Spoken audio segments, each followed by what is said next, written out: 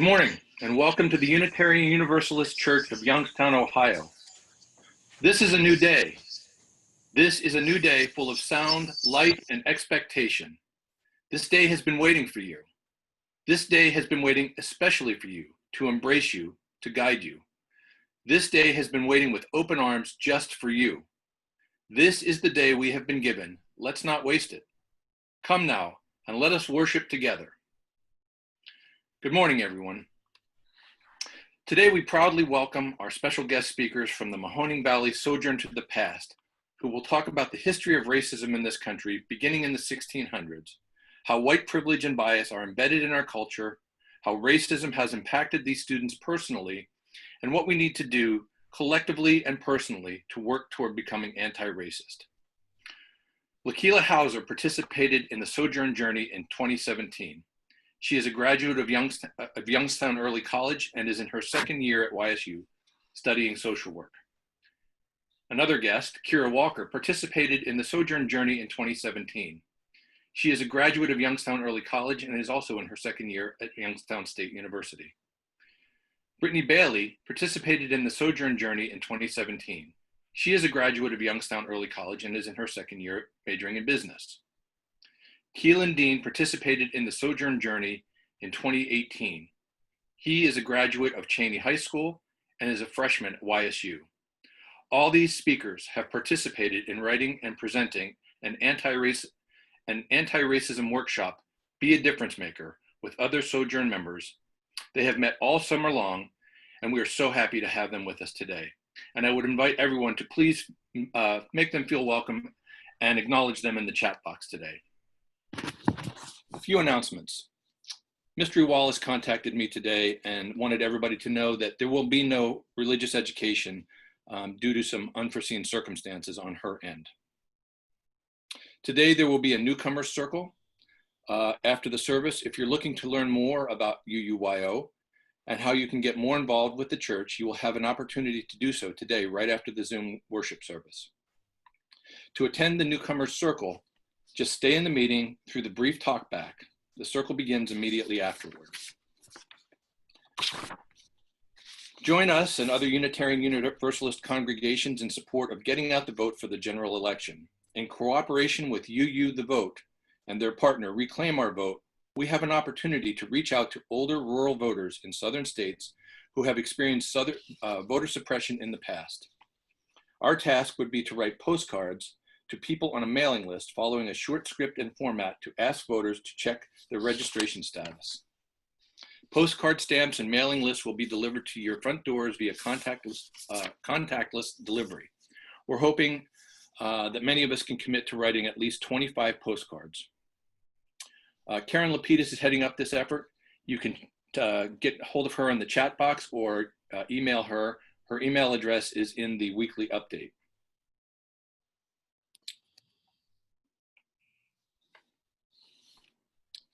And we'll turn it over to Cheryl. We know we have a race problem in America, manifested in the injustices of mass incarceration, the racial disparity in our criminal justice system, the lack of diversity in education and employment, instances of police brutality, rising white supremacy, and more. A greater sensitivity has emerged to the psychological and emotional nuances of white privilege, as well as its economic advantages. Yet the problem persists, poisoning the blood of our collective psyche. Just as an individual needs to identify and admit his or her character defects, so America has to identify our character defects as a nation. There is a strain of racist thought and feeling that has been with us from the beginning and is with us still. It is time for us to face it, atone for it, and end it. People can transform, and so can countries. Let there be light, the light of joy, the light of happiness, and the light of contentment. May it illuminate our paths and fill our lives with peace. And let there be dark, for it is from our dark places that we are brought forward, tried and tested, and impelled toward growth. It is in these places that we realize compassion and learn to love. And there was day, and there was night, and there was joy, and there was sorrow, and it was good.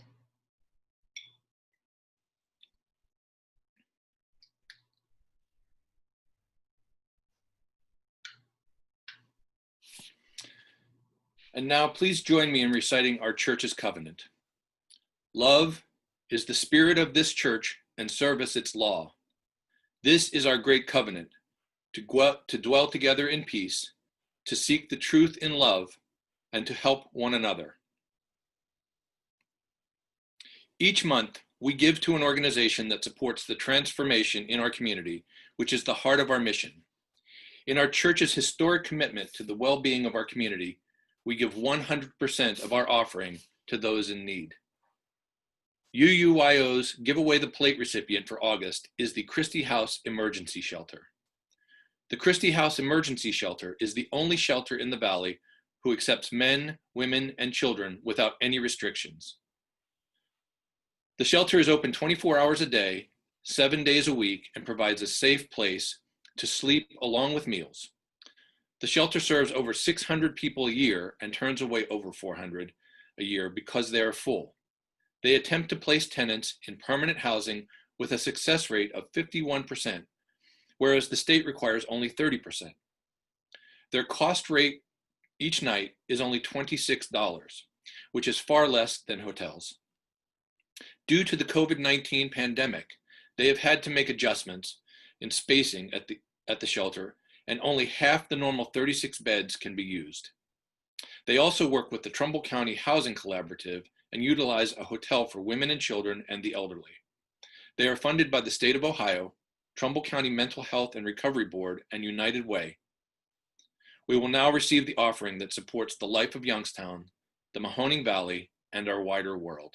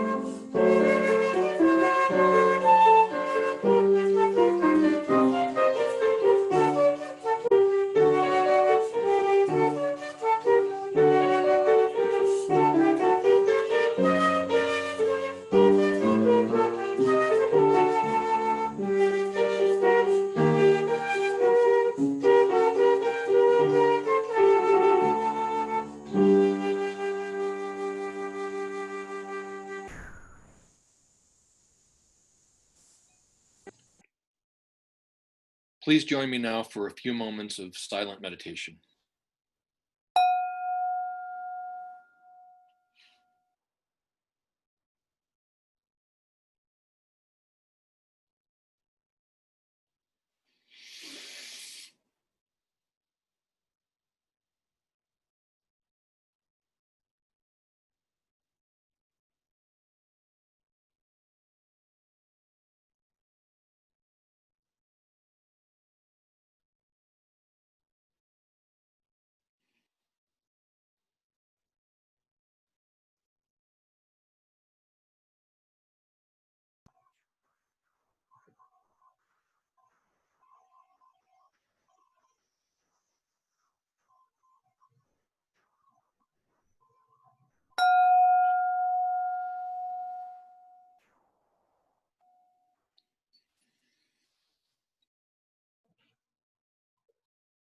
Race as we know it in the United States is closely interrelated with our economic system.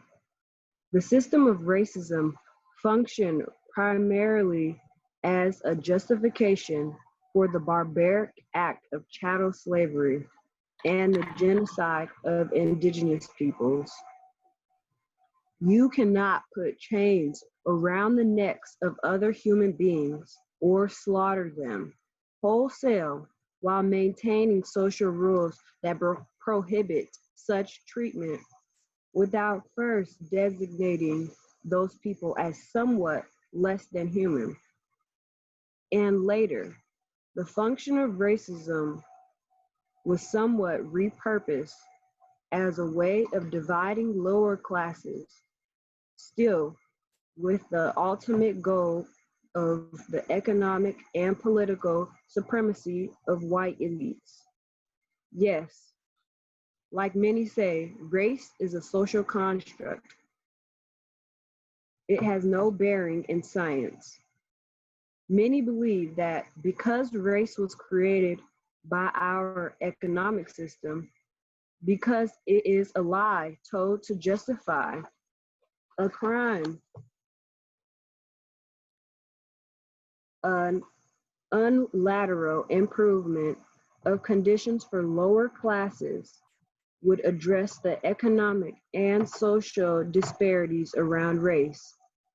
Money is also a social construct, a series of rules and agreements we all made up while pretending that these pieces of paper are worth our entire lives. But we cannot simply stop thinking of money and it will cease to enthrall us. It has woven its way into every part of our lives. It has shaped our past and our futures. It has become alive. Race has also become alive. Race was not only created to justify a racially exploitative economic system, it was invented to lock people of color into the bottom of it. Racism in America exists to exclude people of color from opportunity and progress so that there was more profit for others deemed superior. This profit itself is the greater promise of non-racialized people. You will get more because they exist to get less. That promise is durable, and unless attacked directly, it will outlive any attempts to address class as a whole. This promise, you will get more because they exist to get less, is woven throughout our entire society, our politics, our education system, our infrastructure. Anywhere there is a infinite amount of power, influence, visibility, wealth, or opportunity. Anywhere in which someone might miss out. Anywhere there might not be enough. There, the lure of that promise sustains racism.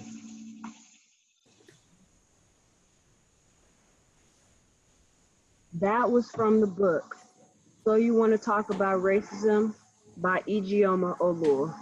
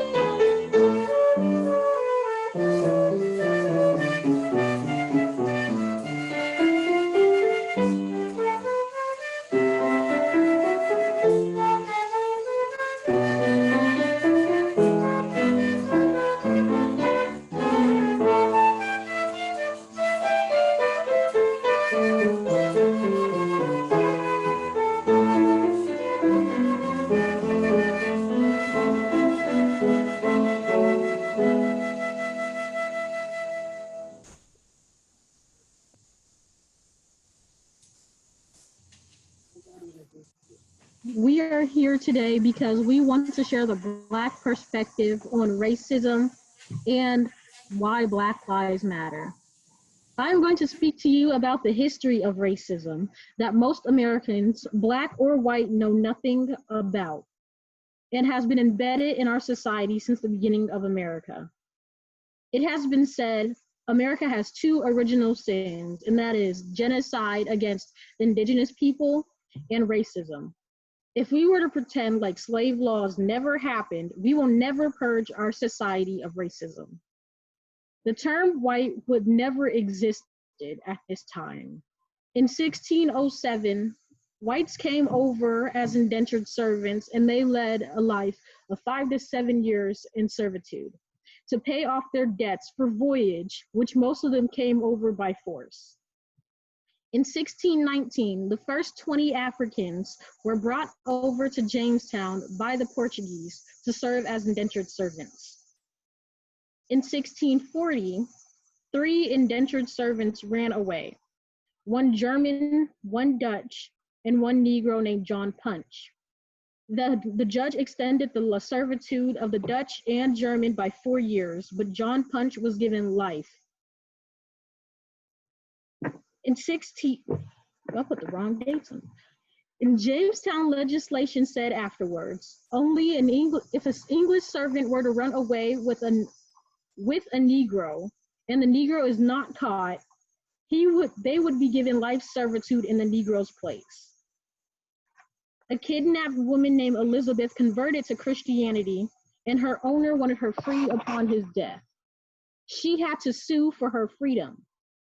In 1667, children born as slaves who converted to Christianity were still considered slaves. It became compatible that Christianity and slavery can be one and the same. In 1865, the Homestead Act was to give former slaves 40 acres of land. President Andrew Johnson overruled that order and gave the land back to whites. Today, 46 million people live on that land, many whom are white, and this created generational wealth. In 1944, a GI Bill provided money for education and homes for World War II veterans. Officials gave the money to banks who favored white GIs in their place, and few Black GIs actually received money. In the 1940s, the FHA gave $120 billion in loans until 1962. The biggest percentage was given to whites. This introduced redlining. Redlining circled the areas in which Blacks lived and concentrated high pockets of poverty, which reduced them from growing their communities and neighborhoods, unlike white communities.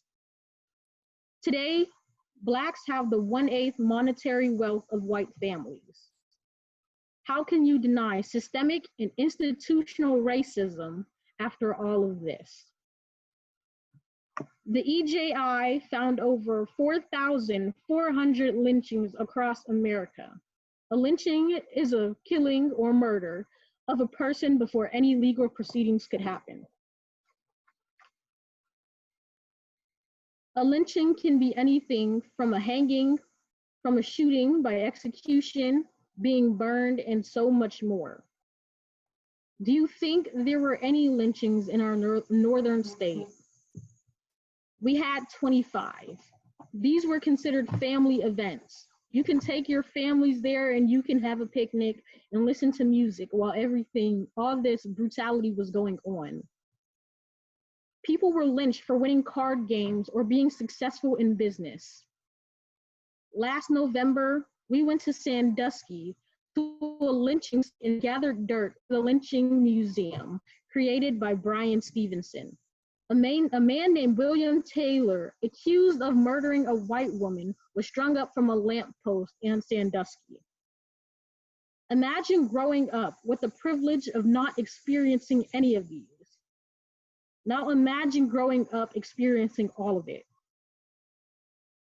Even though these explicit laws and customs no longer exist, the sentiment and attitudes are still here today. Everyone needs to look and see if they harbor any of these feelings because they are extremely dangerous.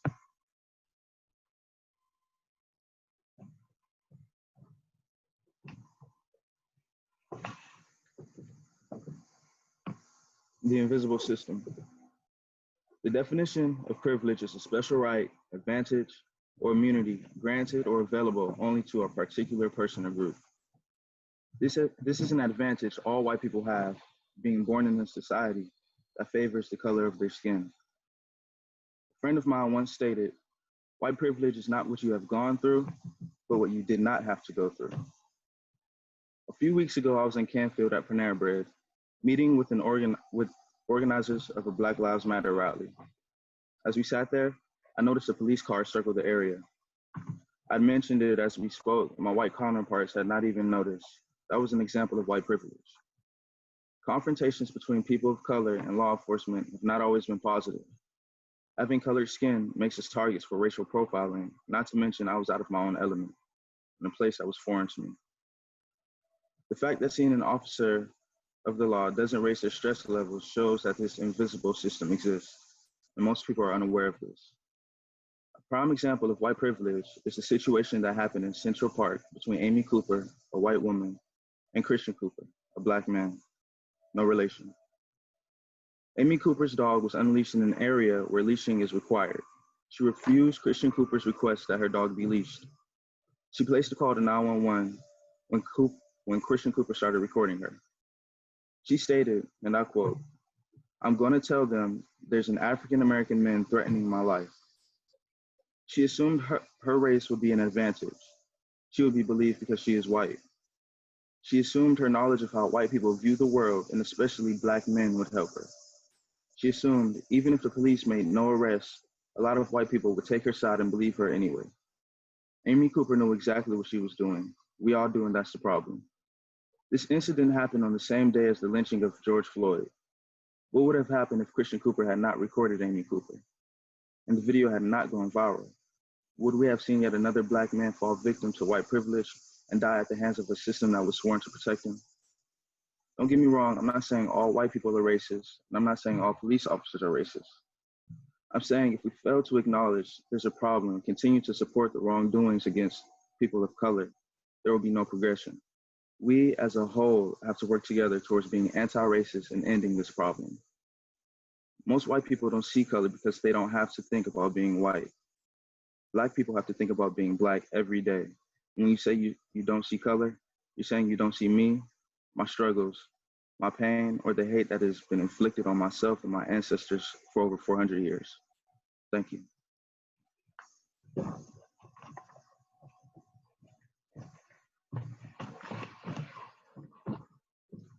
In her book, So You Want to Talk About Racism, Ijeoma Oluo also says, "When I was in an abusive relationship, it was not just about one incident. It wasn't about the time he called me stupid, or the next time, or the next time. It wasn't about the time he threw the dishes in the trash because he didn't like what I cooked for dinner. Actually, it was about those times. But it wasn't about just one time. It was about all of them. I'd try to talk about it with him, and he would say, 'So I lose my temper once, and now I'm abusive?' And before I knew it, what was happening, I'd be on the defensive, trying to defend my right to a relationship free of abuse. To him, it was just an individual incident. And the next abuse was also an individual incident. Often, being a person of color in a white-dominated society is like being in an abusive relationship with the world. Every day is a new little hurt, a new little dehumanization. Racial oppression is even harder to see than the abuse of a loved one.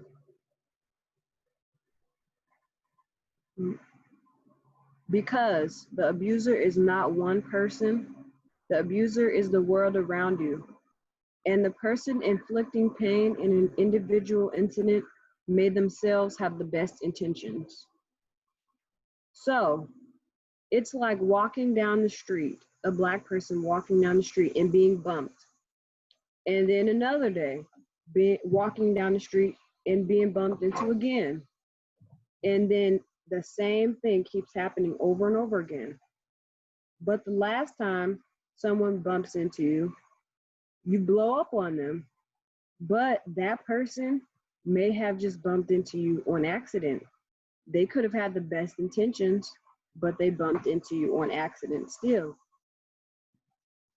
It's an overload of the same thing happening over and over again, and one day you just explode.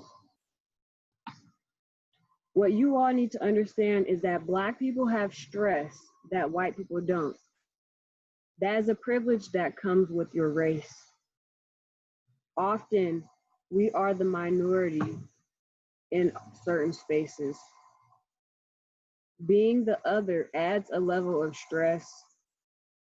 As a student at YSU, a predominantly white institution, I'm the other the majority of the time. Often, I'm the last person picked to be in a group or not picked at all. That's really stressful and it makes me really anxious. A lot of the time in my classes, I'm not even acknowledged.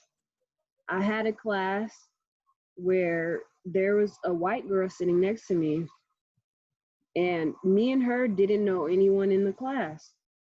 But about 5 to 7 people came up to her to make her feel welcome. No one came up to me. That made me feel really uncomfortable being in that class the entire semester, where no one came to help me feel comfortable or welcome. Being in a space where almost everyone is white makes me feel really uncomfortable. What you all need to do is you can actively work to make your spaces more diverse. In whatever groups or organizations you're in, you could look at the diversity policy and add action to see what you are doing to create diverse spaces. Thank you.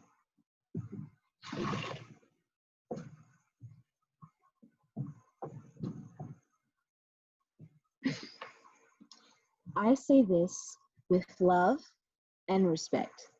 No matter how well-meaning you are when you say this, please, please don't say, I don't see color. When you say, I don't see color, you can't see the patterns of racism. I don't care how not racist you are. That does not help me as a Black person. What is important is not how not racist you are, but how anti-racist you are being. What are you doing to facilitate an environment in which racism cannot enter?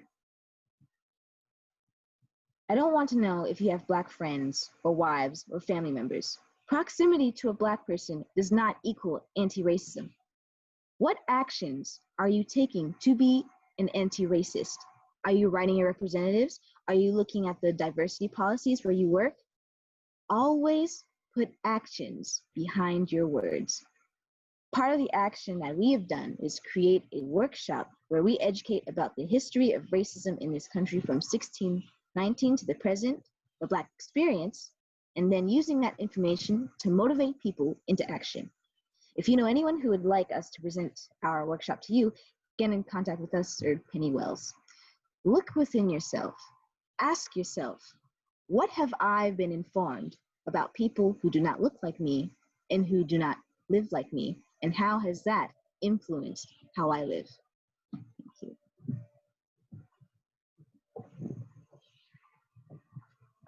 you.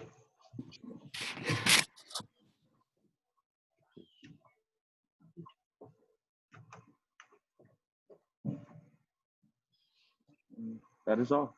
Thank you.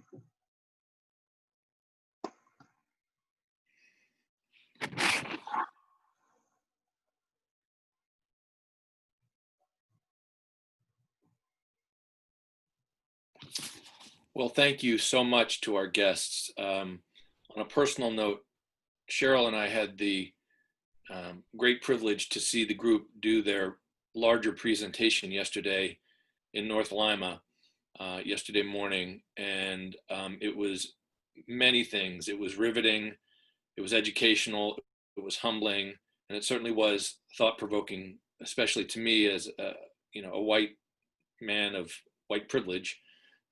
It was interesting for me to reflect on the very topics they talked about today, and where I can make changes in my life and make a difference. So again, just thank you so much to all of you fine young people for being here.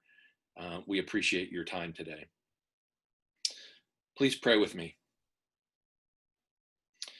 In my time on this beautiful planet, let me strive to be an instrument of peace. Where there is hatred, let me sow love. Where there is injury, pardon. Where there is doubt, faith.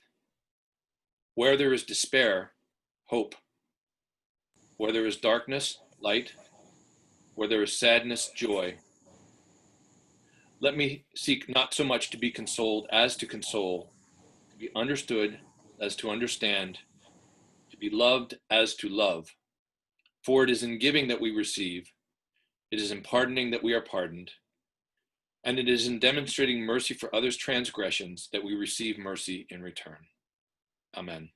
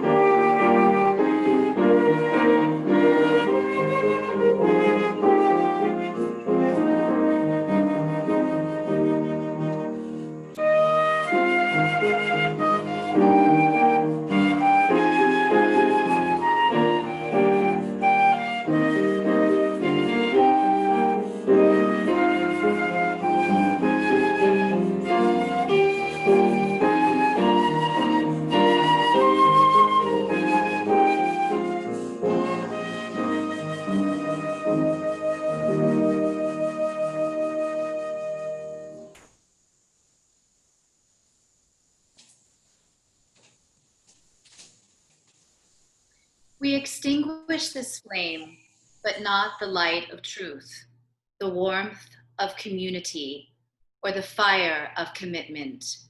These we keep in our hearts until we meet again.